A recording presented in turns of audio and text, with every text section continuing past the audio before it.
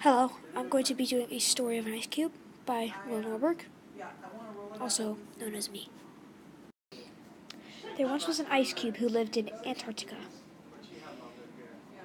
and his name was Bob. Bob the Ice Cube. In Bob's hometown, not much happened. Everyone just wanted to work and continue working. But he was different from everyone else. He wanted to adventure and have fun. So Bob moved to Florida in the middle of summer, and he had no idea what adventure he'd be in for. Bob slowly started to melt a couple of hours after he had been in Florida. "What is going on?" Bob said with surprise as he was melting on the side of the sidewalk.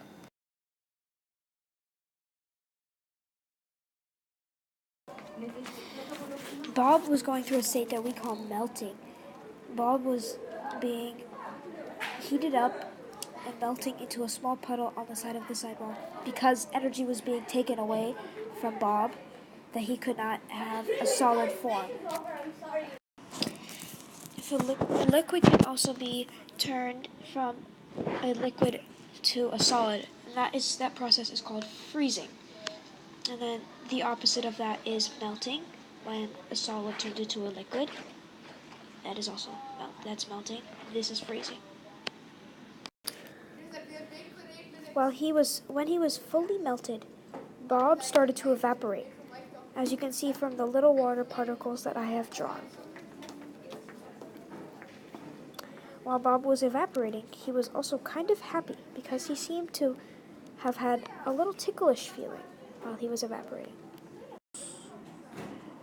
So while Bob was evaporating, he was actually being turned into a gas, which was being turned into a cloud.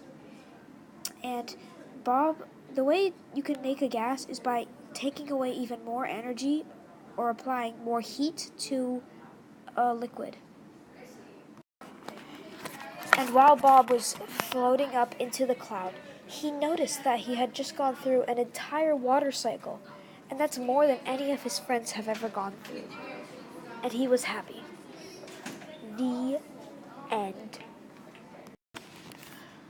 As I said before, thank you for listening to my and watching my video, and thanks for your time. And so, I think you're wondering, what is Bob going through? And it's something we call the water cycle. The water cycle pretty much works as like this. So a solid can turn into a liquid by taking away energy, and a liquid can be turned back into a solid by applying energy.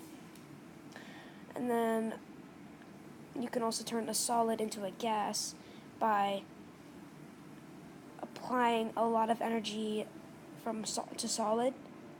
And then you can add or take away some from the gas, energy from the gas to make it a solid. And then you can do the same with the liquid. If you can take away energy to turn it into a gas, or you can add energy to turn it back into a liquid. A liquid can also go back into a gas.